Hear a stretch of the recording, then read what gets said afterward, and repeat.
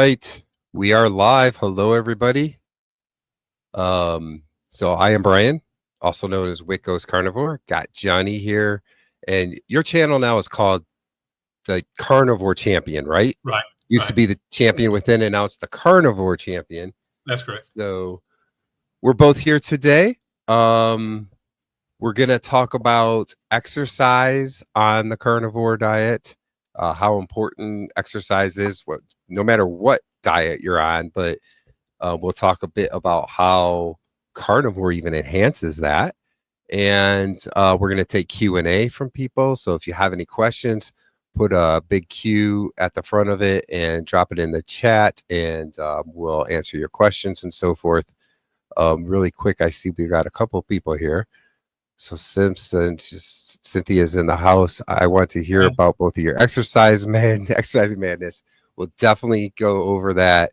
We both kind of have our own unique exercise routines that we do, and we can talk about why we do what we do and so forth.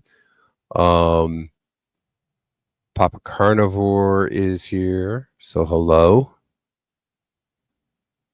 We've got Carnivore Sensations, Big Daddy Wickster. Thank you.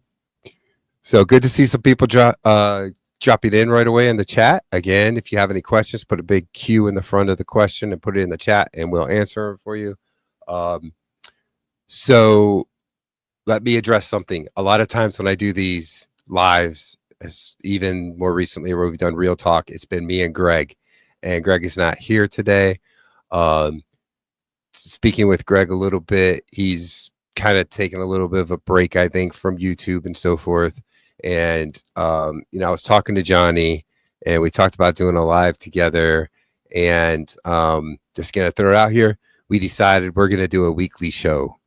So Johnny and I are going to do a weekly show now where we're going to be doing Wednesdays, 8 p.m. That seems to be a good time because it seems like there's some other lives a little bit earlier, but for the most part, people are done by 8 p.m. So we're going to do a live here every Wednesday. Get to talk to you guys about different topics and so forth. And like I said, today we're going to be talking about exercise. Lori is here. She says good evening. So hello, Lori. So Johnny, let's dive right into our topic of exercise. And I know you've actually been doing your workouts longer than me. I just hit 30 days of trying to get back into things, and it had probably been like a year since I last worked out before that. But I know you've been going a little bit longer. So why don't you explain? I know you like to do sprinting, and I think you've been doing other lifting weights type of thing and so forth. So why don't you explain a little bit about what you're doing and the reasoning behind the different things that you're doing in your workouts? Okay, Brian. Yeah, I appreciate it. Just like to say hello, everyone. Welcome. Glad you guys are here. One quick housekeeping note. We missed Greg. Greg is a really good friend of mine. I actually went to Greg's house last year, and he and I and his wife sat down and had a meal together. Greg's a fantastic guy. Wish him the best, but he's kind of taken a break from this, and I'm happy to jump in and try to fill his shoes, which I will miserably fail at, but I'm going to try. So, Greg, if you're watching, it's good to see you, buddy. Having said that, Brian, my thing with the carnivore diet is obviously it's the foundation, but you wouldn't buy a foundation as a house. You want the entire house, right? But you have to lay the good foundation to have a strong, sturdy place to live, a house. And so the carnivore diet to me is that it is the foundation. It's the building blocks that you build a healthy life on. But I think a lot of people stop there and they don't consider how much benefit they can add on to that added benefit of exercise. No matter what your current state of health is, you can do some sort of exercise. For example, when I first started, I was driving a truck at the time, and I just bought me some inexpensive resistance bands at Walmart, and I started just doing, resistance bands. It was really inexpensive, but it got me started. It got me moving and doing something other than vegging in front of the TV, or in my case, I was driving all day long. But once I stopped driving, I would just get in the bunk and turn on the TV and watch YouTube, usually you and Greg. But so I got these resistance bands, and that kind of snowballed into maybe doing a little bit of walking. And I started out just walking. And then it led to maybe trying to skip some rope. I used to really enjoy jumping rope when I was much, much, much younger. And I kind of fell in love with that again. And then I started doing push-ups. And so the whole thing has just led to where I'm at today. So I have a curling bar. So I do curls, I do reverse curls, I do overhead presses. I skip rope. I do a lot of push-ups. I have a really weak, I had my left hip replaced about 8 years ago. So I have an artificial left hip. And so my right leg, which the hip needed to be replaced before Carnivore, now surprisingly it doesn't, but it's much weaker than my left leg. So I'm doing a lot of lunges and reverse lunges, just trying to build the symmetry between my two legs. So when I go down, if anybody's watched my videos and you see me doing these lunges, when I go down with my right leg and push back up with my left leg, I'm straight up, steady. But when I do the opposite, go down with my left leg and try to come back up using my right leg, I tend to wobble. So I'm really working on building symmetry so that both sides of my body are strong, which will keep me, later on in life from tipping over, falling, breaking a hip or something like that. And then I found out about sprinting. I watched Dr. Sean O'Mara, and you guys need to check him out. If you're not familiar with Dr. Sean O'Mara, you really got to watch him. And he talks about how sprinting really, really attacks the visceral fat that gets around your liver and your pancreas and your kidneys and your heart. As you know, we'll get into this in a minute, Brian. I still have AFib. I've had 2 versions. I've had an ablation, and I've been in and out of AFib. And right now, really for the last about 17 months, I'm still in AFib. So the research I've done through Dr. O'Mara says that if I can reduce the epicardial adipose tissue, or the heart fat from around my heart, that actually may improve or maybe even reverse my AFib. So that's my rationale for doing so much sprinting. Now, I never in a million years thought at 58 years old with an artificial hip in AFib, 250 pounds, I'd be out there sprinting. But I have found my new drug of choice. I absolutely am addicted to sprinting. You get that almost like a high feeling when you get through doing it, and you feel so good. And, in 20 minutes, you're done. 15 minutes, you're done. And I sprinted yesterday morning, and I am still tired right now. It takes so much out of you, which means you're getting a lot of benefit in a very short period of time. So that's kind of where I'm at. Okay, I got to unmute myself. Sorry. I was muting myself because if you've been watching some of my videos, you know that I've been dealing a little bit with a cold. Sure. I probably actually made it worse on Saturday because I was working all day, got a bit dehydrated, and that seemed to make it come on even stronger. So you might notice I'm coughing sometimes in the background and so forth. I apologize. I can't help it. Okay, so I'm going to catch us up on some comments really quick here. Greg is here. He says, "How's it going, fellows?" So, all right, Greg, great to see you. I don't know if he was here yet when you were just talking, but he can always watch the replay when you're talking about. Let's see. So Anthony, Carnivore Sensations, he wants to see your guns. I think he's talking about you. He wants to see your guns. Okay, so I just hit. Remember, I'm still 58-year-old. I'm a 58-year-old fat guy. So that's the best I got for now. Stay tuned. We'll do that again in a year and compare the two. There you go. So I just hit 30 days on my workout, right? And in the video that I had released this morning, I showed a picture. Let me bring it up. I can show it here from a day 1 to day 30. It's not like it's anything earth shattering, but you can definitely tell a difference. So I'm going to open it up. See if this works right. There you go. So day 1 to day 30, you can see there's a bit of a difference. There's more definition in the shoulder, a little bit more of a bump there in the arm. So there's a little bit of a difference there. It's 30 days, not bad. Bill is here. Let me just say, Brian, I watched your video today, and what I've noticed in the 30 days. Now, if you guys haven't watched Brian's video from today, you need to watch all his videos, but the one from today I think was poignant because he talked about, he set a goal for 60 days, right, to do this workout plan. And his daughter graduated college and he kind of fell off the plan. He's been dealing with his cold. He's got a lot going on. He's working on his deck. He got in a fight with a 2x4 and lost. And he's still seeing this type of improvement. I mean, what I've noticed, Brian, personally, if you'll indulge me for just a second, as you go along, as you continue to exercise, it seems like you're smiling more. It just seems like you feel better. And I know you're dealing with this cold right now, but your video today, in my opinion, was maybe the best video I've ever seen you do.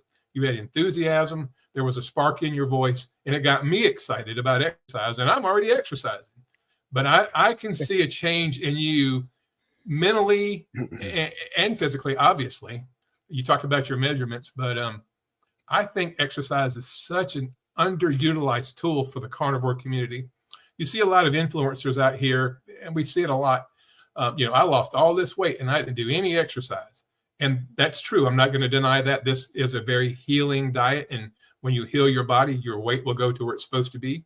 If you're underweight, you'll gain weight. If you're overweight, you'll lose weight. But you're leaving a lot on the table if you don't add some exercise, especially resistance exercise. It's making a difference in Brian. It's made a huge difference in me. And I believe that if you'll just, wherever you are, simple, and add a little bit to it every day, you'll see the benefit that Brian's seeing and I'm seeing. And you can do it for free. I don't spend any money. I go out and run sprints, and it's absolutely free. Yeah. That's a good point, because before Carnivore, so I'm 1 month shy of 3 years on Carnivore, by the way. July 1st of 2022 is when I started. And before Carnivore, I was kind of like minor depressed. I had minor depression and so forth, and not a very happy person. And Carnivore really brought energy and made me a happier person. But you're right. When I exercise, especially if it's like a really hard workout, maybe not while I'm doing the exercising, but afterwards, like you feel that energy, you feel so much better, and you feel happier. There's definitely something about it with exercise. So I completely agree with that I'd probably in a better mood than I was. And I got to tell you, there's no reason right now for me to be in a better mood, because I got all kinds of stuff going on at home. Obviously, you heard about the piece of wood that met my face Sunday. I guess it was Sunday. Yeah, it was Sunday. But there's like other stuff, like when you talk to people or you see people online, I'm watching videos and so forth, you never know what's going on and so forth, right? And like most people probably have something going on, and it seems like I got a million different things going on right now. There's like, I've completely taken out the deck, and I got to work on that. We got some other issues with the house that we just found out about that we got to work on. And, I have one daughter's getting married next spring. So we're now like, I don't know, 9-10 months away from that. So there's a lot of stresses with that and stuff. So there's a lot of reasons to not be as happy right now, to be like flustered and stuff, but I feel better than normal with exercising, and it makes me happier. So yeah, there's a lot to that. Let me catch up, because there's a lot of comments that I need to catch up on. So Bill said hi. So there's hello, Bill. He says salt water is your friend, but not from the ocean. So I don't know about you, Johnny, but I like to use Redmond's real salt. It's from that's all I use. Okay, so yeah, it's from a ancient sea that was in Utah, I believe. So It's mined out of there. It's a great sea salt type of salt. I like that. Where are we at? So Charlie's here, Darth Carnivore. I like to get my sprints in through playing bracket ball each week. So talk about the sprints thing, So Johnny talks about the sprints. He does a lot with the sprints, and he talked already about Dr. Sean O'Mara. I've always said in the past too, like, I think sprints are really good for you, and I want to do it, and then I still never do it. So I've got to get to the point that I'm going to start doing sprints, because I'm pretty sure Johnny's about to challenge me into a race. So I got to start doing sprints, or I'm going to be in trouble and get my butt kicked. Right? Yeah, Brian, I guess we can go ahead and kind of spill the beans on that. We're tentatively trying to get together. I live in North Carolina. Brian lives in Virginia, so it's straight up 85 to 95 for me to get to where Brian lives. And so the plan is maybe later on in June or July when Brian has time and it's convenient. I think I'm going to go to Brian's house and he's going to put me through his workout on his stuff. And then we're going to go somewhere and run a couple of sprints. And I'll bring my timing, my lasers, and my timer, and we'll let Brian do a few sprints. And that way we can kind of compare the two and see how I like his and maybe how he likes mine. So, of course, we're going to video that. That will be an amazing video. I hope we can work it out, Brian. On my end, I know I can because I'm off 4 days a week. If we can just work it out on your end, we'll definitely make that happen. And how cool will that video be? Yeah. I definitely think that'll be really cool, and we'll definitely figure out how to make it work. I'm just trying to catch up on some stuff here. Racquetball is awesome because when you play tennis or racquetball, heck, even pickleball, there's a pickleball court and tennis courts close to where I do my sprints, and I'm watching those guys, and I see older guys and older ladies out there, and then they're sprinting from one side of the court to the other. So that is absolutely getting in sprints. And they're doing, the quick turn, so it's building their ligaments and their tendons, and it's probably it just builds muscle and builds, your endurance and your heart. So good on you, Darth Carnivore, for playing racquetball because you definitely gonna get your sprinting in.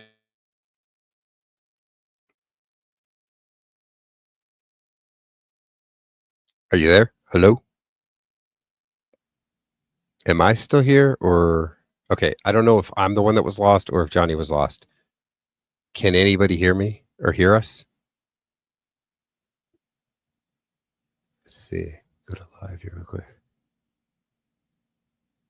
Hello? Okay, I think I'm still live, I think we lost Johnny. There we are. Nope, there we go. Okay. Yeah. So I don't know which one of us was lost, if it was me or you. I'm not sure. We both disappeared on my screen. Okay, that was weird. So let me catch up on, there's a lot of comments going here, which is great, but let me catch up on some. So Bill had said salt will draw some of that out of your system, Brian. I'm not sure. Are we talking about maybe he's talking about the cold? He's talking about the cold symptoms. Oh, my cold. Oh, okay. Yeah. Okay. So yeah, and then here's Anthony said, yes, put Celtic salt in your mouth and then drink water. So I used to actually just put a little bit of salt in my water, but I learned from Anthony from Carnivore Sensations that the best way is to put it in your mouth first, give it a couple seconds, and then drink down the water. So I've been doing that for a couple months now that way, and I think I definitely tell a difference. So I'll have to try that next time I get sick. Yeah. I do it every day though, not even just like if I'm sick or something. Okay, Bill says he mixes like 3/4 of a teaspoon in a large drinking glass. Then Anthony, I was 713 pounds, now 203 years. So I'm hitting the gym like a madman. Yeah. So I did an interview with Anthony where he talked a bit about his transformation. It's an incredible transformation for him. He's lost so much weight. And I have noticed so that was probably, I don't know, about a month ago or so that I did the interview. But I have noticed in the last week or so, you've been doing a lot of workouts and stuff you've been talking about. So that's pretty cool. I'm glad to see more and more people doing workouts. Yep. Hey, Carnivore Sensation, you said Anthony. How old are you? How old is he, Brian? Any idea? I'm not sure. Yeah, maybe he'll tell us. Yeah. Let's see. There's a lot to catch up with here. I'm not sure. 64 here. Dr. Kiltz. Oh, Dr. Kiltz is awesome. I was actually on his show in the morning. I don't know, probably 2-3 weeks ago, maybe or more. Probably more than that. Probably about a month ago. I was on a 6 a.m. show, so very early in the morning. But it was great being on there, and he invited me back in the afternoon. So, but he's so far booked out because he's so popular. Because he's a great guy, that the earliest we could get is in September. So I'm going to be on his 3 p.m. show in September. So you got a while to wait for that one. But yeah, that was great. Where are we at? So, wow, no, that's an accomplishment. Yeah, he's lost a lot of weight. He's doing a great job. He's very inspiring to so many people. He's got a Facebook group where he offers all kinds of advice to people and everything. Carnivore Sensations is the name of the group if you want to go check it out. Where we at? What is Wick? He's our man. Well, we know I can get hit in the face at least. And we know I'm usually good for knocking my microphone over. So we'll see if that happens today. Where are we at? Yesterday, 52-pound backpack, 3.2 miles. Wow. Awesome. That's great. I got to say it. So I haven't talked much about my workouts. My plan when I started was doing 3 days of strength training workouts and 2 days of walking a week. So that was 5 out of 7 days of doing some kind of activity. And I've been horrible about doing the walking. I've only less than 50% of the amount of walking that I was supposed to be doing in the first 30 days I've actually done. So I haven't done very well with my walking. Mostly I've been on with doing my workouts, except for that 1 week that you had mentioned earlier that I was in Virginia Tech. So I only got 1 of 3 workouts in that week. But my plan with my workouts, so I started out the first week or two was all 3 days doing this high intensity strength training workout. And after that, I sort of tweak it as I go to like the next step. So the last couple weeks, I've done 2 days of that and 1 day of a heavy lifting. So what I've been kind of doing, like, let's say I work out Monday, Wednesday, Friday. Monday and Friday are my 2, they're more of like a HIIT, high intensity interval training, strength training. So you use basically dumbbells and you're doing 6 exercises and you go through however many reps it is on that particular set. And then you rest in between, and then you go back and do the next set and so forth. So you're getting the strength training out of it, but you're doing high intensity, right? And that's really good for you. And then my Wednesday is a heavy weightlifting day where I do like 5 or 6 different exercises. And both of these days, by the way, it's full body. So there's legs, arms, whatever. So I don't do like alternating days or any of that with that kind of stuff. But anyways, the heavy weight days is trying to do as much weight as possible to whatever it is, like 8 reps or 10 reps, depending on the type of exercise or something. So basically, so that's failure. So if I could do more than what my expected reps were, like, so let's say bench press is one of the things I do. If I could do more than 8 to 10 reps in a set, then I don't have it heavy enough. I need it to be like that last rep is like failure. I can't do any more, right? So that's how I do my heavy day on Wednesdays. And that's the best way to really do that. If you're not doing it as like more of the HIIT, you're doing that type of thing. Now, Johnny talks a lot about his sprinting, and that's very similar to kind of my HIIT. It's just that I'm not actually sprinting. Instead, I'm doing weightlifting, but at a more rapid pace.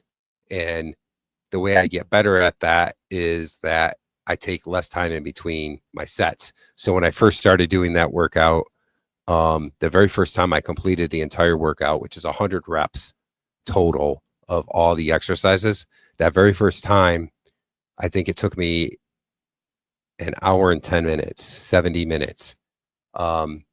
These last few times I've done it, it was like 38 minutes and 39 minutes and 39 minutes.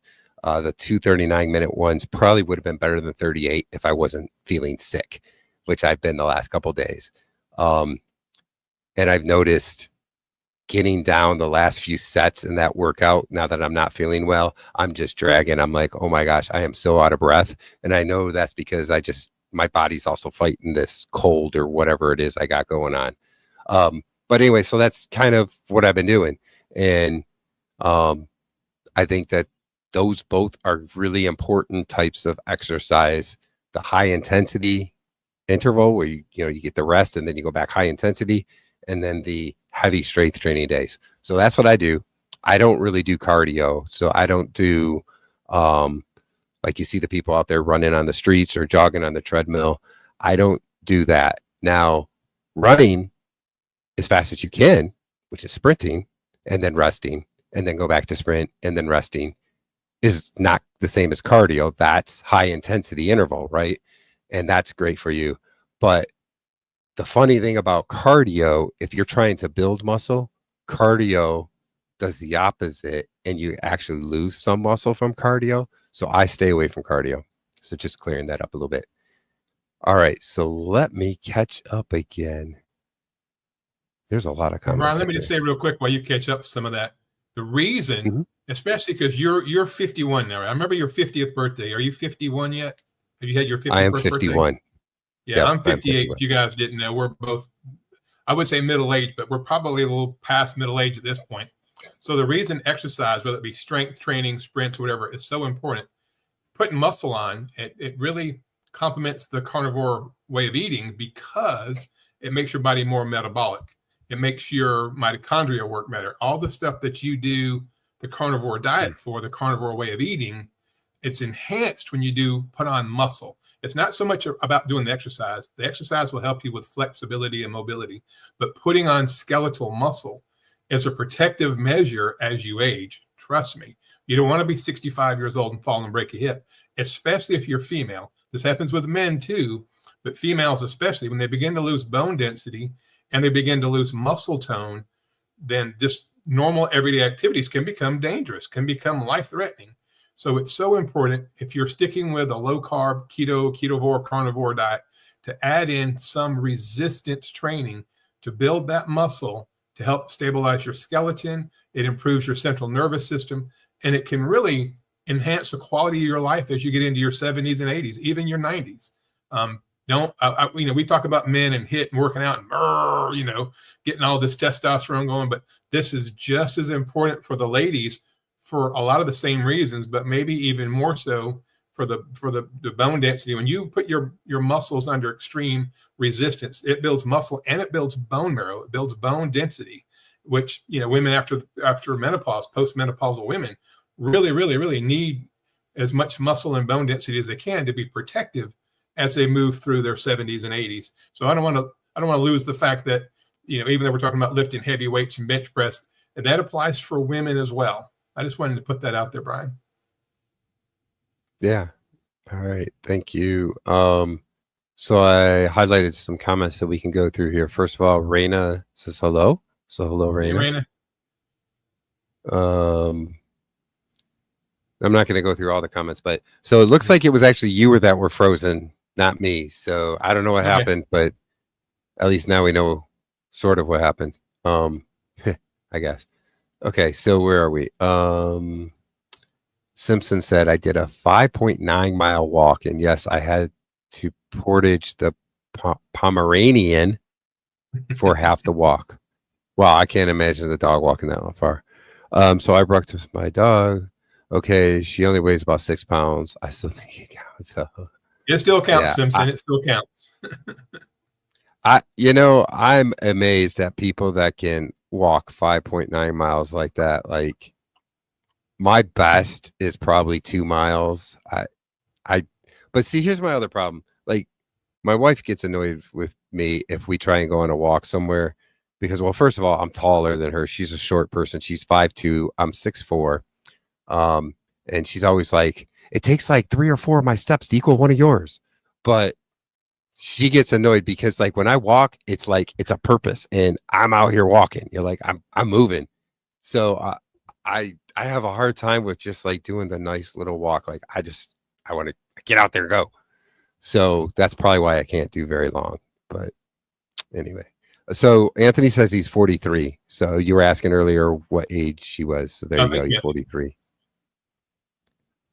Let's see. I do need to add some weights though. I made a vest with pockets for sandbags, but I don't use it near enough. Yeah. So like, what is it?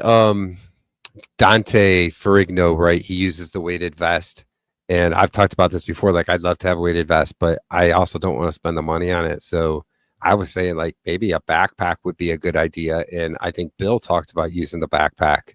You just put maybe some kind of weight or something in it to make it heavy. And you could even put the backpack on the front of your chest instead of backwards on your back and stuff. So I think that's a good way to add some weight while you're walking. And really, Brian, you could just carry get you a couple of 1 gallon jugs of water and just carry some water jugs. I mean, if money was an issue, that's 8 pounds per hand, it's 16 pounds. And it would add the weight, resistance, and it would use your arms and your shoulders while you're holding it up to walk. So that would be a really easy, cheap fix for adding a little bit of weight to your walk. Yeah, that's a great idea too. Charlie says, I do a lot of every minute on the minute with kettlebells. So cool. If I'm reading that right, a minute of whatever exercise and then a minute rest and then another minute going to the exercise. That's cool. We have a question here. That would be just like HIIT also, right? High intensity interval, because you're doing a minute and then a minute rest. Yeah. Yeah. She says, you don't do the pyramid lifting anymore. I thought you were doing sets that started with 1, adding a rep to each set until you make 10 and then going down. Yes. So my Monday and Friday workout is that pyramid workout. So I call it a high intensity interval strength workout, basically.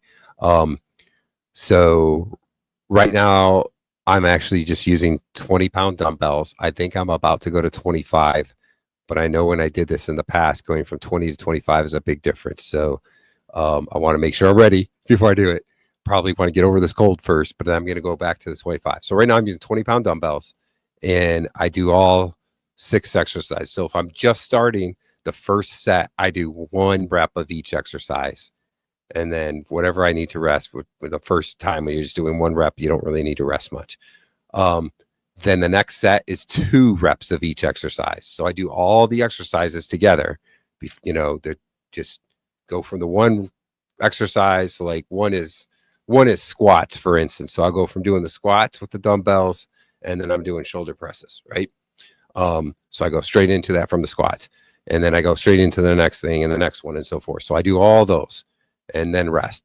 Then the next set is 3 reps of each exercise. And the next one is 4. Then the next one is 5, 6, 7, 8, 9, and 10. And then I go back down 9, 8, 7, 6, 5, 4, 3, 2, 1. So altogether, if you do that, it comes out to 100 reps of every exercise. And there's 6 exercises in there. So 600 reps. 6 different exercises. Yeah. 6 different exercises at 100 reps. One of those is push-ups. So that's one way I get 100 push-ups in, even though I'm not doing more than 10 in a given set, if that makes sense. So I am doing that Mondays and Fridays. And then Wednesday is my heavy day that I'm doing. I got a particular workout where I'm doing as much weight as I can possibly lift. So, Charlie says he was marked safe from cardio. Yeah. I mean, I don't want to really downplay cardio because like there's people that do cardio. And that's fine. If you want to do cardio, you can do cardio, right? It's still exercise for your heart. Good for you. It just kind of defeats the purpose of the muscle building a little bit. And especially as we age, one of the biggest things about being healthy is muscle. Like if you look at people that are getting older and people that look older, right? Look like they're really struggling to get up out of chairs and so forth. It's because they've lost all their muscle. So as we age, it's better to do things like high intensity interval training and strength training, heavy weight lifting than doing cardio.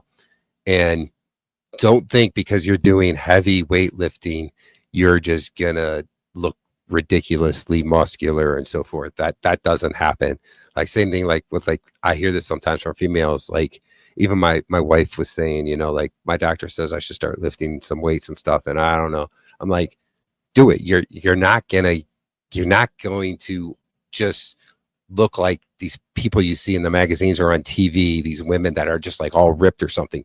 That doesn't happen from just lifting weights. You're going to get a little bit of muscle and you're going to feel better and so forth. But, sometimes there's that bad rap, I guess. You know what I'm trying to say? That there's that bad rap that people think like, oh, I'm going to look ridiculously muscular and so forth. And that's not really real life of what happens for people, you know. I've got a lot to catch up on here. Bill says, I love what Dr. Chafee said once. He said the more he asks from his body, the more his body gives. Yep, exactly. That is definitely true. Like, so that's like, you know, I was talking about my workout, the pyramid workout thing, right? And I'm using 20-pound weights. Well, I'm going to get to a point that I'm going to go up to 25-pound dumbbells. So theoretically it's 50 pounds, right? Because one in each hand. So I'm going to be adding more weight. So you add more weight, you keep going, you know, keep asking more out of your body. I originally, it took me an hour and 10 minutes because I needed sometimes 3-4 minutes in between a set before I go to the next set because I was so out of shape at that point and, you know, need to do that. And now a lot of times it's 30 seconds to a minute and I'm going to the next set. Right. So again, it's just that idea, you know, you're asking more of your body, you're pushing your body harder, and your body gives you more.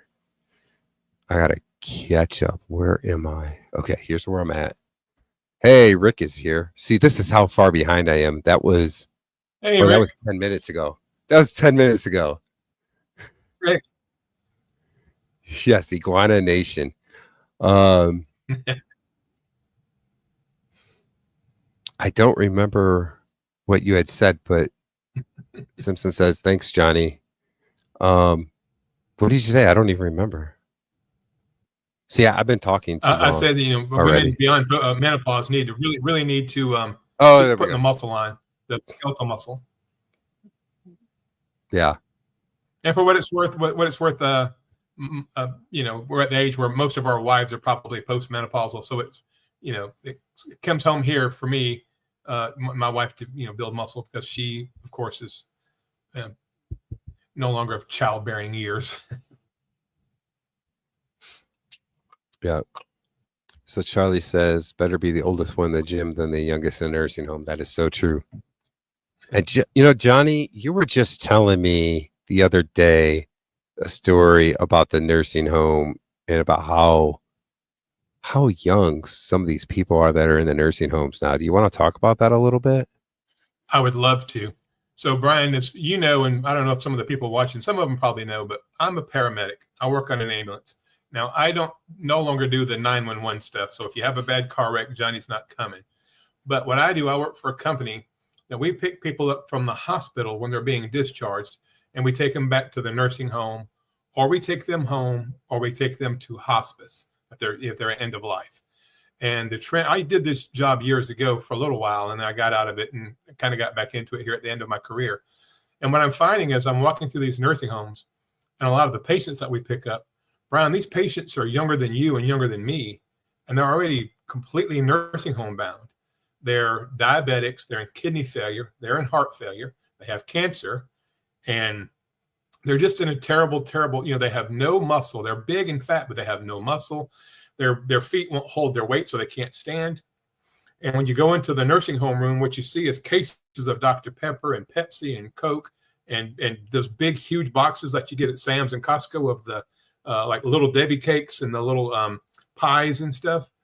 And it's more than alarming. It's more than alarming what I'm seeing. And it's getting younger and younger. I had a lady the other day, 39 years old in a nursing home from heart failure and kidney failure.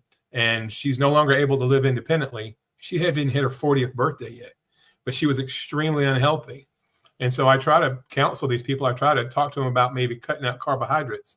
And, you know, I have to kind of play it easy because of my job. I can't be giving medical advice. You know, that's not my role. But I try to drop hints or whatever to these people. And what I'm finding is these people have become very comfortable at 45, 48 years old, living in a nursing home. And, you know, they've got their right leg been amputated. They're missing 2 fingers from their left hand. They're going blind and their kidneys aren't working. And this is like the house is on fire. The house is on fire. We got to get some hoses and start putting this fire out because this is untenable. In the area that I live near Charlotte, North Carolina, and I live in the suburbs. So I don't live in Charlotte proper. I live out in the suburbs. And they're building nursing homes, dialysis centers, cancer centers, they're going up like crazy because the need is going to be there as we continue down this path as a people. So great point there, Darth Carnivore. I'm seeing some really, really, really young people in nursing homes, and I'm seeing a lot of young cancer patients, and it's mind-boggling the people I'm seeing. I took a guy the other day to a memory care facility. He has full-blown Alzheimer's, and he's 1 year younger than me. I'm 58, he's 57, and we were nice guy, super nice guy, but he's full-blown Alzheimer's, so much so that he's having to live in an institution where he can be properly cared for. And when we rolled up in his room, there was a picture of his family, and he said, "Hey, I know those people. They're just like me." And it was the saddest thing I think I saw that whole week. He recognized that picture of his family was people that he knew. He just didn't know it was his family. And he's diabetic. There's a lady, a nurse that works at the local hospital where we do most of our transfer from. She's been working in the memory care of the Alzheimer's dementia unit for 24 years. She was telling me that she just celebrated 24 years of being in that ward. And I asked her, I said, what percentage of patients in here right now? There's 10 or 12, there's always 10 or 12, 15 patients in this unit of Alzheimer's, and they range from mid 40s to 80s. And I asked her, I said, what percentage of your patients in here have type 2 diabetes? And she said, why would you ask me that? Now, this is a registered nurse, and she's a good nurse, and she's a really good friend of mine. And I said, just answer the question, if you will. I'll explain in a minute. And she thought about it. She said, every one of them, every single one. She says, you know what? I don't think I've ever had a patient in here that didn't have diabetes. I said, take out your phone and Google diabetes type 3 or type 3 diabetes. And if you'll do that, if you'll take out your phone right now and Google type 3 diabetes, you'll see that it's dementia and Alzheimer's. Most countries refer to that as type 3 diabetes because it's too much sugar in the brain. And this whole thing is just, exercise, I think, can go a long way to reverse this, along with a low carb, for us, carnivore, but even keto diet, just an extremely low carb diet with some resistance training, some sprints. If you're like me, you like to sprint or playing racquetball, whatever, can go a long way to preventing that from happening to you or anybody watching this. And that's just my spiel on that. Yeah. Because I see this every day of my life. Yeah. And because you brought this up, this makes me think about something that is just driving me nuts right now.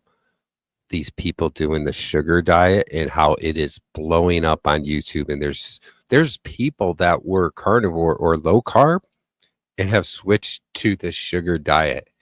And it's just insane. And this is this, it's a stereotype, but this is the typical thought that a common person has out there is, I just want to lose weight. I don't care necessarily about what I'm doing to my body. I want to lose weight. People use GLP-1, right? Ozempic or whatever. Now it's the sugar diet. It's crazy. Like, people just want the easy way out, the easy button, the drug, whatever, instead of actually doing the right thing, which, yes, it can be work, staying on a carnivore style diet when all you see on TV is, junk food and alcohol and so forth being advertised is hard. And when you see people in public, like this is why a lot of people in the carnivore community say, like, they don't really go out to restaurants or they don't hang out with people that much unless they're doing like a carnivore meetup or something, right? Because like you go to parties or something and there's just all this junk food and so forth. And people don't care what they're doing to their bodies. They just care about losing weight. I think I've shown it with my workout routines so far that just looking at the scale is the wrong thing to do. Like, I've lost 1.5 inches on my waist. And I think it was 2.5 inches or something like that, or 3 inches on my belly button in the last 30 days, but I've only lost 0.6 of a pound. Stop looking at the scale. Like, the difference. it doesn't matter necessarily the weight. If you really have a lot of weight to lose, it's going to come off. But the fact that it didn't come off in like a week or two, that's okay. Do the right thing and it's going to end up showing. But especially when you're doing something newer, like how I'm doing workouts and so forth, I expect that there's going to be things like this where I only see 6/10 of a pound of weight loss because I'm building muscle too, and my body is changing. And that's why I take all these other measurements and I take pictures and look at the pictures and so forth, because you can see the changes in your body. So don't get too wrapped up in the scale. But going back to that whole thing, like the sugar diet, I hope none of you that are watching this are even thinking about the sugar diet. Like there are people within Carnivore, like I said, that maybe they were struggling with it or whatever, and they decide they're going to do the sugar diet. I actually saw something on my YouTube feed today from someone that said, the sugar diet saved my life. That's what it said. Like, are you kidding me? Do you know what you're actually doing to your body? I know a lot of people are saying, oh, I'm going to do it short term just to lose weight. You know, every diet that anybody ever tries short term to lose weight, they gain the weight back when they're done. So if you're thinking sugar diet short term, you're giving yourself brain fog and who knows whatever else, possibly pre-diabetes, to lose some weight, then you're going to get it back. Or you're going to stay on the sugar diet like this guy that says it saved his life. And yeah, maybe you're losing weight right now, but just think about what you're doing to your body. Think about the dementia that you're setting up for, the diabetes and so forth. It's just crazy. I can't believe that so many people are promoting it. And I'll stop with that right now because I am like way behind on comments, but I just had to say that it drives me crazy that people are literally, and when they say they're doing the sugar diet, they're talking like basically sugar, right? Candy, fruit juices and stuff like that, and no protein, no protein, no fats, that kind of stuff. They're pretty much just going for sugar. Insane. Anyway, so Rick, I got a question here for you, Rick, if you're still watching. So you said I had to push my car half a mile. You always tell me that you don't lift weights or you don't do anything like that. If you push your car for a half mile, that's probably better than lifting weights. So you don't think about it, but you actually are. You are working out. Go ahead. And Rick does construction work, so I'm sure he's lifting heavy things a lot. He does remodeling. He does construction work. I promise you, Rick's lifting a lot of weight. It's just not on the end of a barbell. Rick's doing his share of resistance training. I watch all of Rick's morning stuff. I'm always on there watching him on Saturdays and Sundays when I'm at work. I'll have the computer playing in the background if we're not with a patient. And so I know Rick does construction work, and I've never met a construction worker that doesn't lift very heavy things on a pretty regular basis. So Rick's getting his resistance training, and I promise you that. That's how he stays so young and handsome. So Anthony says, when I went to school, I had to fight a shark with nunchucks up a mountain to and from school. Yeah, this is like the old school thing. Like, I was telling like my kids when they were younger and they'd cancel school just because there was forecasted to snow the next day, and it might not even actually snow. And I'd be like, you know what? I didn't get to go on a bus. I had to walk like a mile or 2 miles, whatever it was, to the school in 6 inches of snow. It didn't matter. People didn't shovel their driveways yet or their sidewalks yet and stuff. So yes, but that was actually a true story. I wasn't even joking. That really happened. That's what happened when you lived in Ohio, I guess. Simpson says vests are better since it distributes the weight better when rocking. Yeah, that makes sense. Yeah. Do what you got to do though. But yeah, if you can afford a vest, that would be great. What did I do? Here we go. I think as long as your heart rate is elevated, cardio is not necessary. When you're doing sprints, you're going as hard as you can. When you're doing like my workout that I do Mondays and Fridays, I'm going as hard as I can for a minute, 2 minutes at a time, right? When I'm doing my heavy strength day on Wednesdays, I'm going hard. I can tell you, I wear a Fitbit.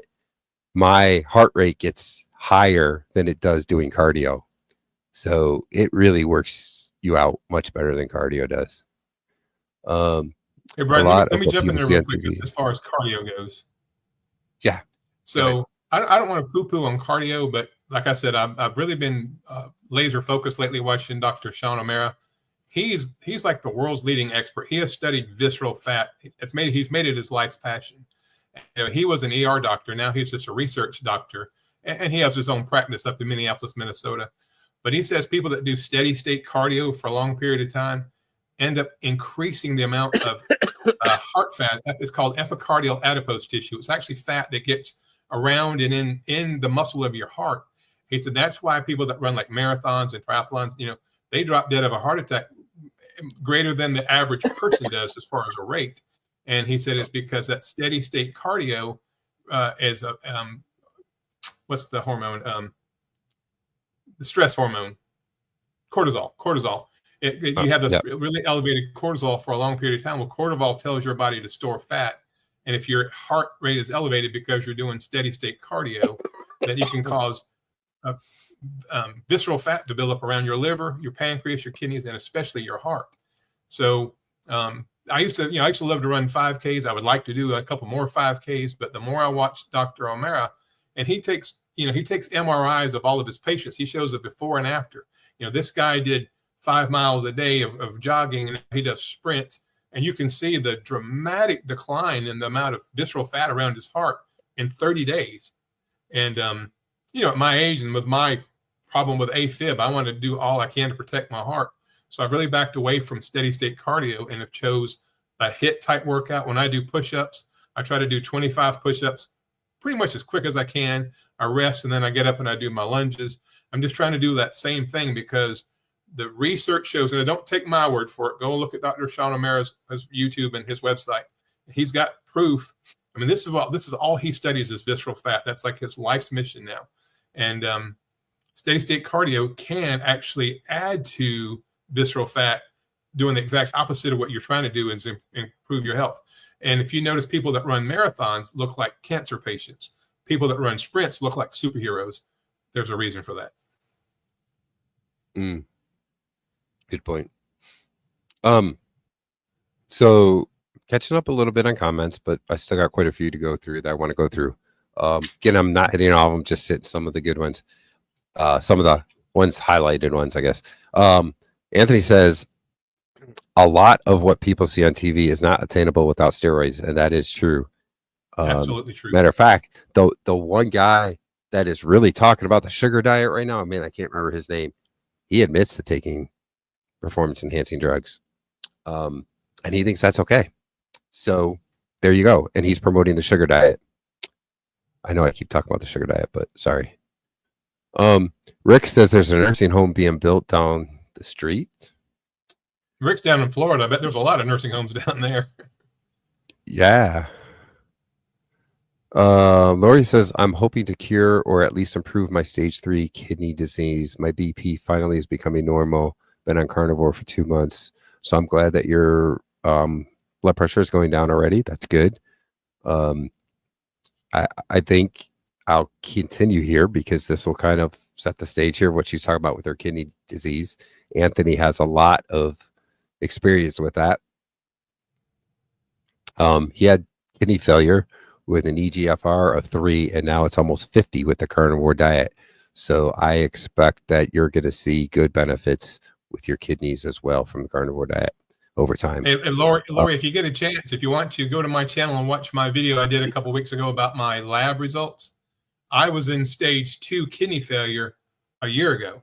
And just with the carnivore diet, the sprinting, focusing on quality sleep, getting some sunshine, grounding, all the things that Brian and I both do, my kidneys have gone from stage 2 kidney failure back to stage 1. And I'm hoping that I get my labs done in about 6 months, I'll be completely out of kidney failure. So I don't have the dramatic change there like Carnivore Sensation has, but my blood pressure came way down, and I believe blood pressure coming down is what really helps your kidneys, because when your blood pressure is really high, that just beats the heck out of your kidneys, and it all has to do with metabolic health. So good on you. Yeah, there's some good good comments in here about health benefits from carnivore. You know, we talked a little bit about Anthony's kidney stuff. Look at this. His A1C went from 17 to 4.8. That's incredible. That's amazing. Tremendous That's life job. saving. That's life saving. Yeah. And that, you know, the people out there that say like, oh, you can't get rid of type 2 diabetes, that right there is an example right there. There's plenty of people that have gone carnivore and had. But I went on Chat GPT. I downloaded Chat GPT. I've been playing with it the last couple of days. So earlier, before Brian and I went on here, I asked Chat GPT if a person could reverse type 2 diabetes with a low carb diet and exercise. And I was expecting to get no, because it's, but Chat GPT said absolutely. A low carb diet with regular exercise will absolutely put type 2 diabetes into remission. So there you have it. Don't take it from me. Take it from artificial intelligence. Chat GPT said that I could bring it up and I could show you unequivocally that even Chat GPT said type 2 diabetes is 100% reversible with a low carb diet and regular exercise. There you go. You can tell your doctors that. Anthony also said I was M protein positive for multiple. I'm not sure that I can say that word. Myeloma. Now it's not there either. I don't know exactly what all that means because I'm not that doctorish of a person, but it sounds great. Johnny sounds like he knows more about that because he's kind of in that field a bit. Yeah. So great.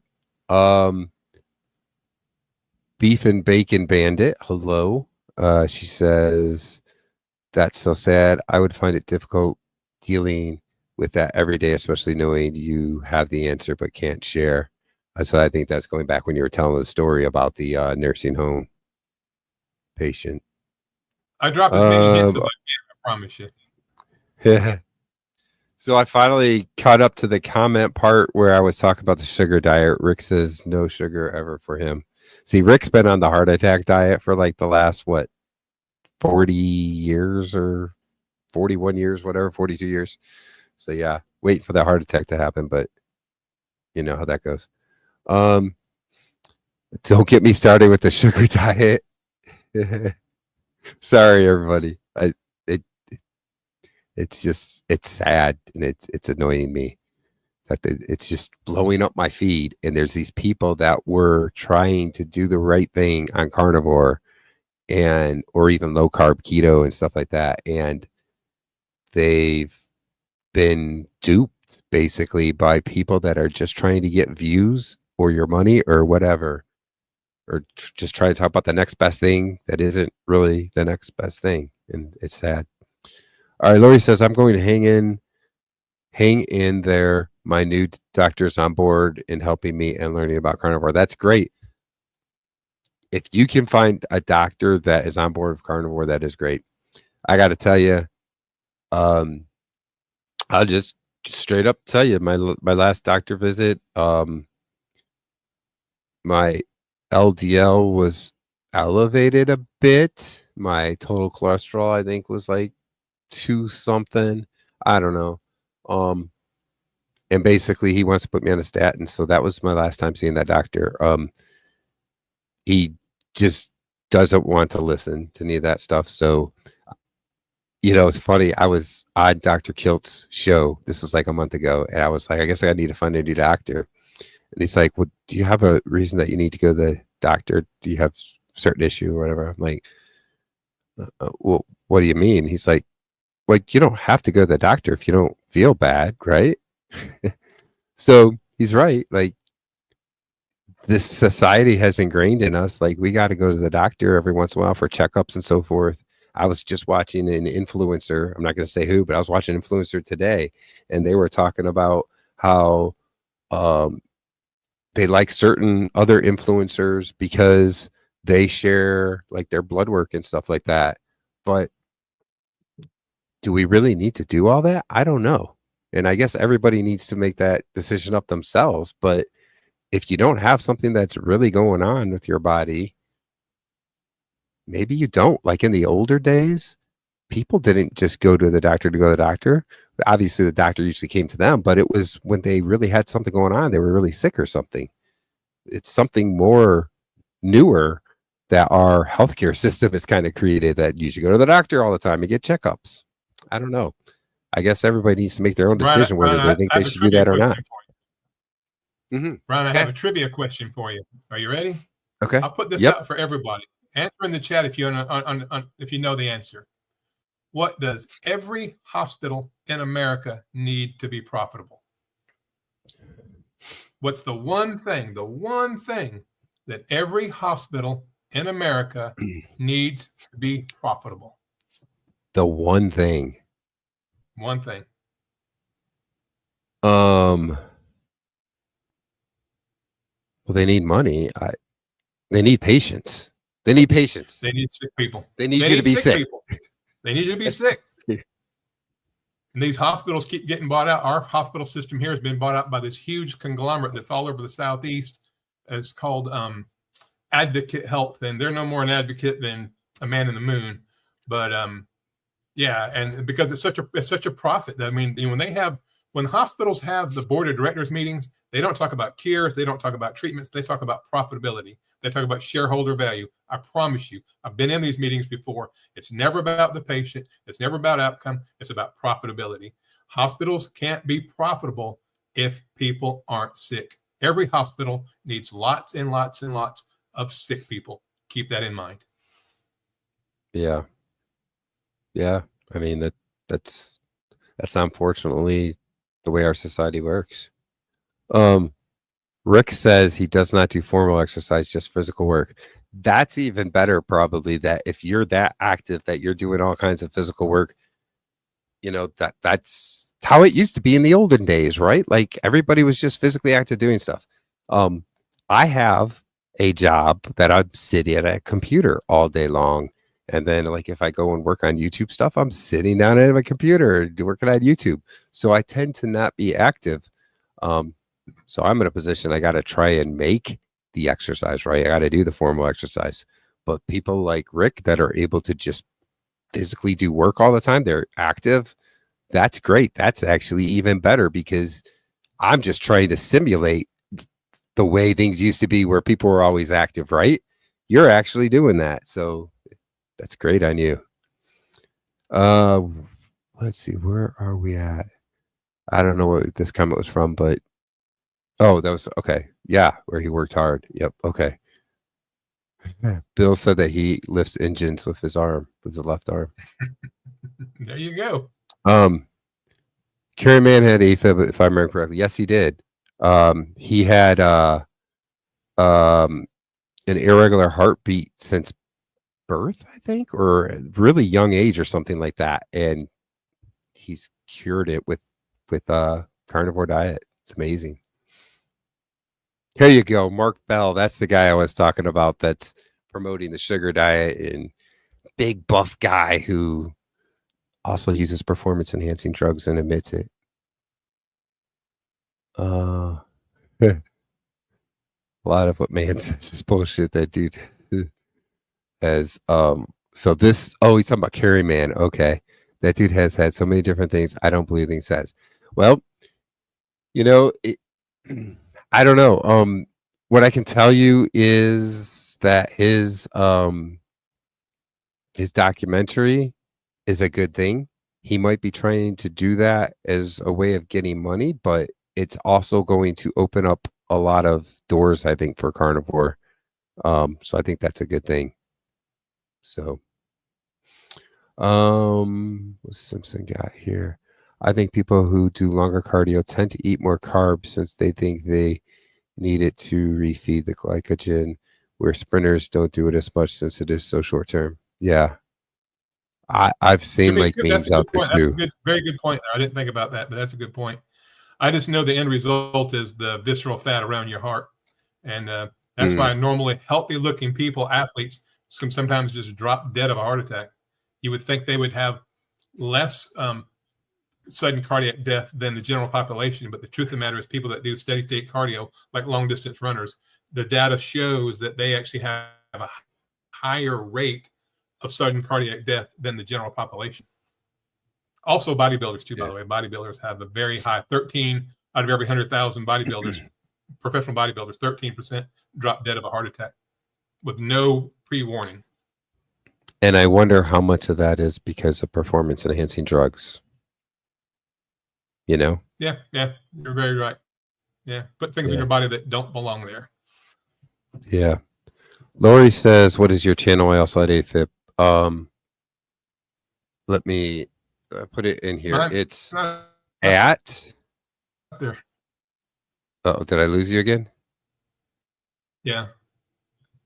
Okay. The Carnivore Champion. No, I'm still here. You got me? Carnivore, yeah. At the Carnivore Champion, right? Okay. I think it's just like this, if that goes through. Okay. So Beef and Bacon Bandits, I reversed my stage 1 CKD and my kidneys are working perfectly now. I'm 5 years carnivore. Best decision I ever made. That's great. Oh, she found your channel. Chronic kidney disease. Okay. Thanks. She did find your channel. So that's okay. Maybe somebody else will see it. Susan is here. Hey Susan, I haven't seen you in a while. Good to see you. How are you doing? Yep, here you go. Rick's at 41 years on the carnivore diet and counting. He was my very first interview when I started my channel. First person I interviewed. I think he's been a lot of people's first interviews for some reason. He's just an easy person to talk to, I guess, you know. He was 40 years or just about to hit 40 years when I interviewed him. So now he's at 41.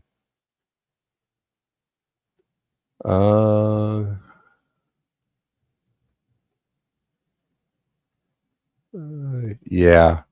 Many start carnivore and almost as many will fail. Sad to say. That's like with any diet out there that happens. And you know, I've talked a lot about this in the past. Like, you really have to look at it as something different than a diet. It's a new way of eating, a new lifestyle, and you really have to keep yourself accountable and motivated. You know, you have to have a really good why as to why you're doing it and so forth, and remind yourself of that. And a lot of people that fail don't do those things, and it's a lot easier to fail when you don't do that.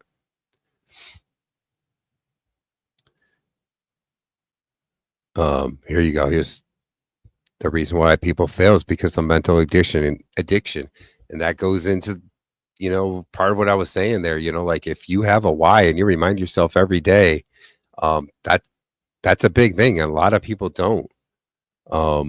And you've got, you know, carb cravings and so forth, and it's hard for people, even if you get over the cravings, like just eat something you shouldn't eat, and the cravings can come back on you, you know. That's really hard. I know that there's people out there that say it's easy, but you know what? It really isn't easy, especially for somebody that has ate the standard diet for so long and gets cravings all the time. It's hard work, but anything that's really worth it in life is usually hard work, isn't it? There's no real such thing as the easy button. You know, is it Best Buy that has the easy button or whatever? There's no real such thing as the easy button. There's no easy weight loss thing. If we're talking sugar diet, I know I brought it up again, or if we're talking about GLP-1 drugs, you know, they all have their own side effects. They all have things that can be bad for you. Those drugs, you know, if you stop taking them, most people gain the weight back.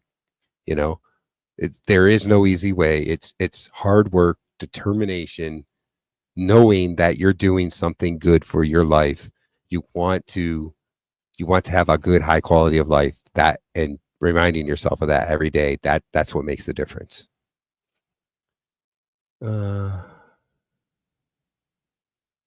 Oh, Bill says, I think that's when I started following you from Dr. Kiltz, when I was on Dr. Kilt's show. That probably was. Yeah. I'm glad that I met Dr. Kiltz. He came to Charlotte. He came to Charlotte for a meetup, and cool. I got to meet him and talk with him in person. He's a he's the real deal. He's a genuine human being. He's a super nice guy and very approachable. I love the guy to death. He's amazing. Hmm. Simpson says she has not gone to the doctor since the birth of her daughter, who is now 28. Incredible. Let's see. Susan says, I just had my annual wellness checkup and my labs were good and normal. I told him I was no longer keto but carnivore for almost 2 years. He didn't say anything, but he's happy with my health. That's great. Like I had mentioned about my doctor that he didn't really like, where my cholesterol levels were, although my triglycerides were good, my HDL was good, which is the things that I'd be more concerned about.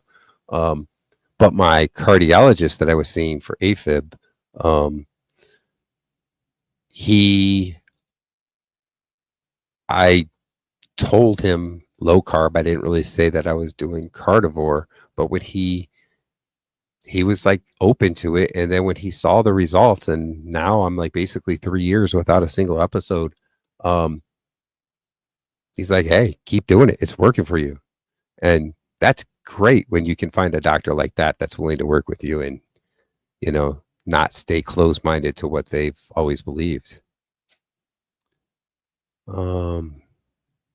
There was, I might have missed it somewhere.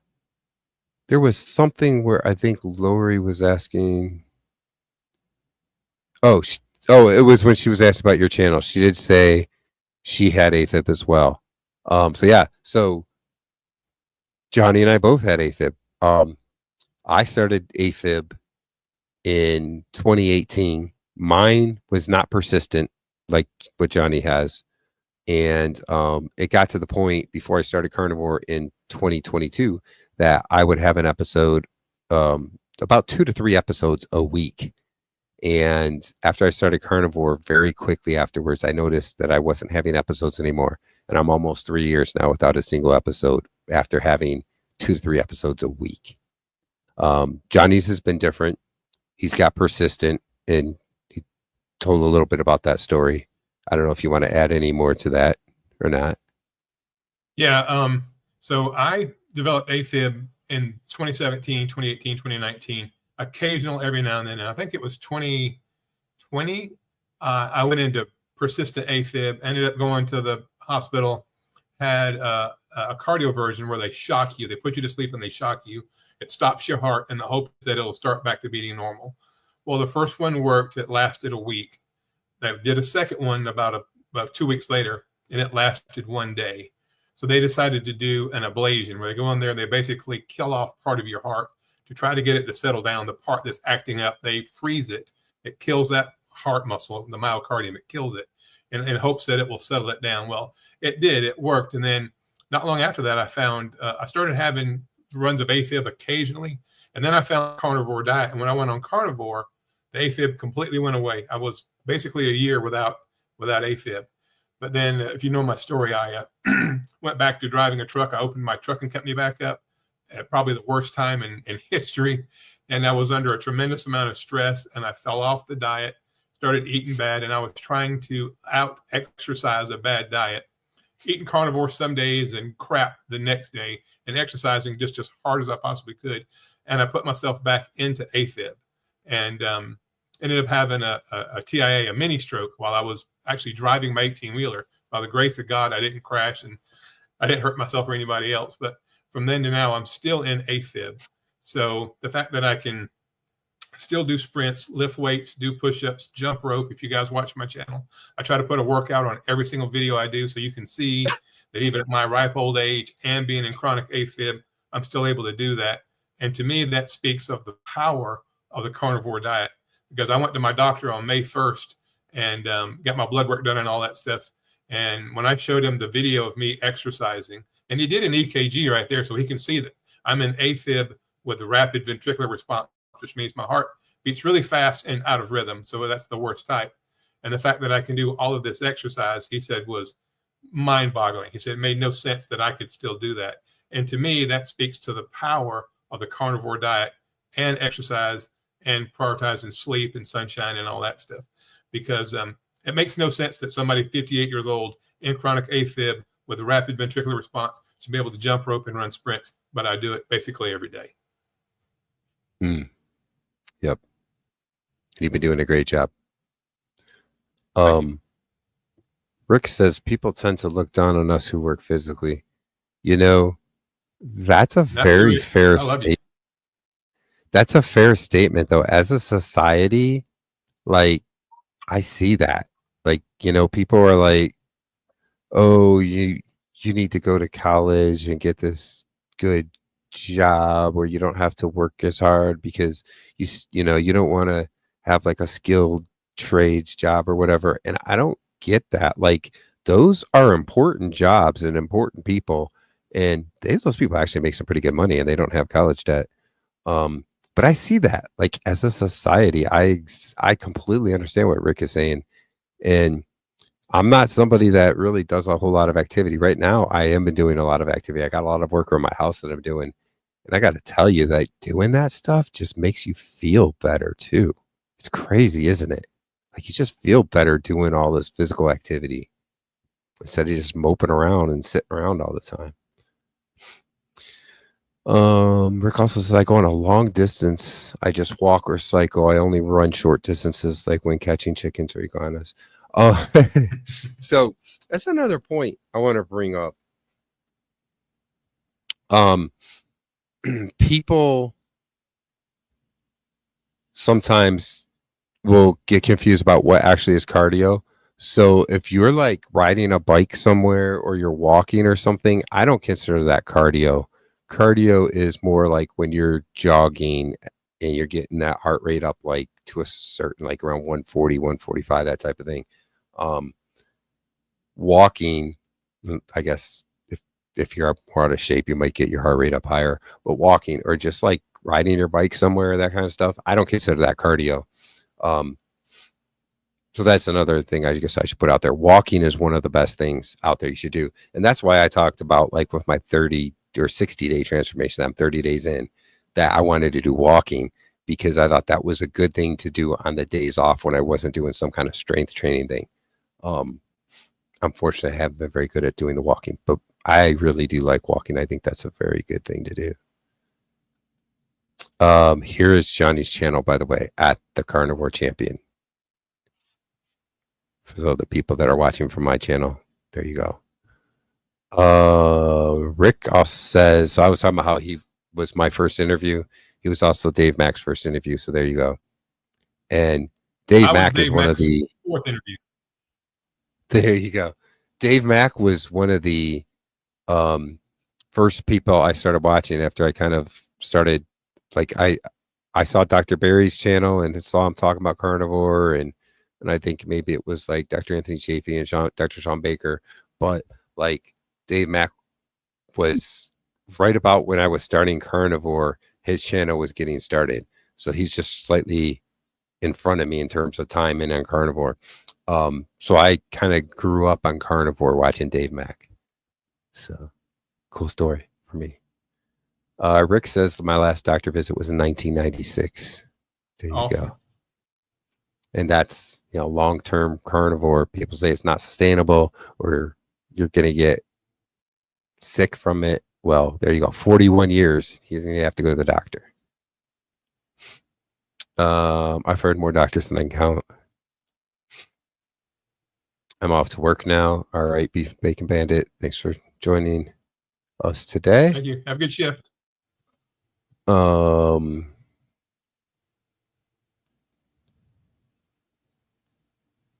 Yeah, Rick has a degree in electrical engineering, and I'm an engineering manager. And I still said something I said earlier about that stuff. So yeah, yeah.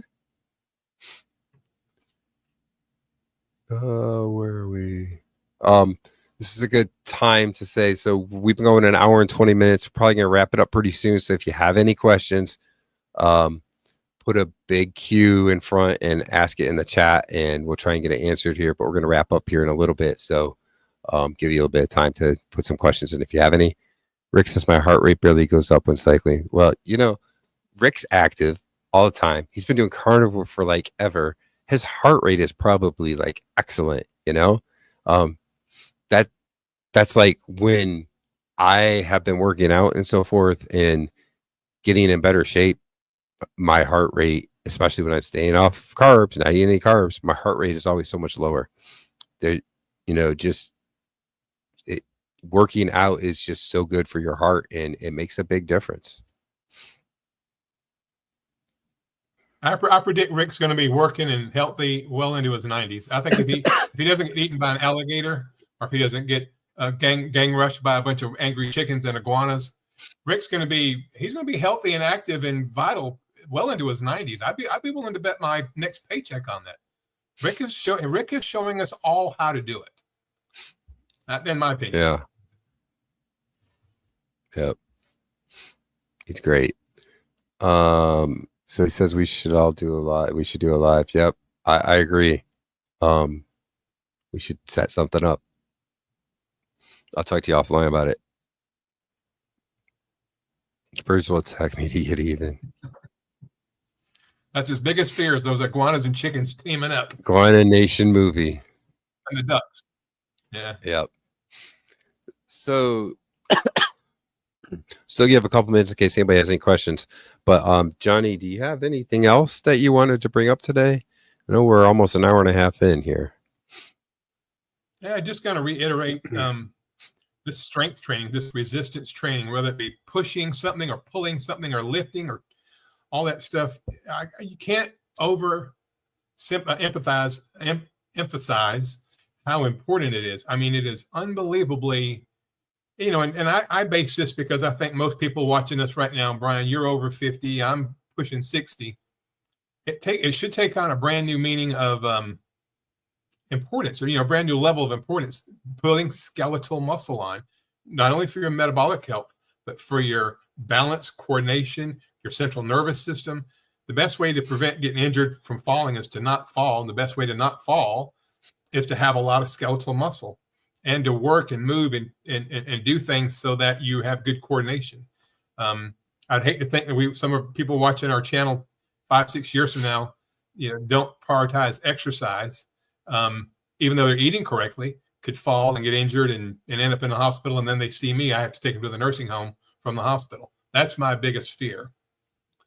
And the only other thing that I'll will add to that is, maybe we can talk about this in another episode, Brian. We have a lot of episodes, is the importance of sunshine, just getting outdoors, getting out in the sun.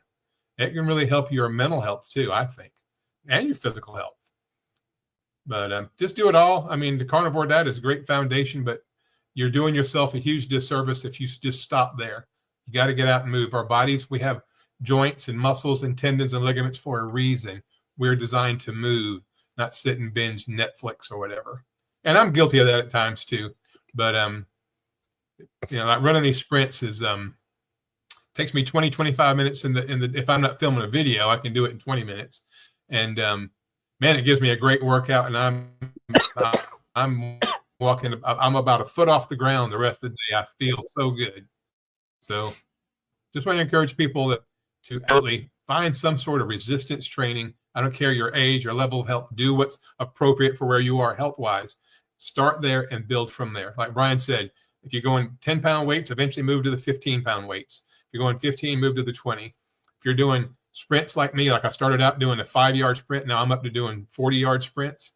And I backed it back down to 25 yards to try to get more explosive speed from the beginning, keep them at explosive speed for 60-year-olds like a turtle in slow motion. But that's what I'm doing. I'm just trying to add a little bit so that as I go forward in age, I don't have to deal with a lot of the problems of the people that I see every day in my line of work. Yeah. All right. Well said. So like I said earlier, this is going to be a weekly show now. So I think we're going to wrap it up today. I didn't see any other questions. Simpson said, thanks for the chat live. Next Wednesday, 8 p.m. Eastern, we'll be back here again with a new topic, new discussion, whatever we're going to talk about. Let's hope I don't bring up the sugar diet again, but we'll see. And hey, I made it through almost an hour and a half, and I did not knock over my microphone today. So that is a good day. It's a good day. That's right. All right, everybody, thanks. We'll see you in a week. Bye. Bye-bye.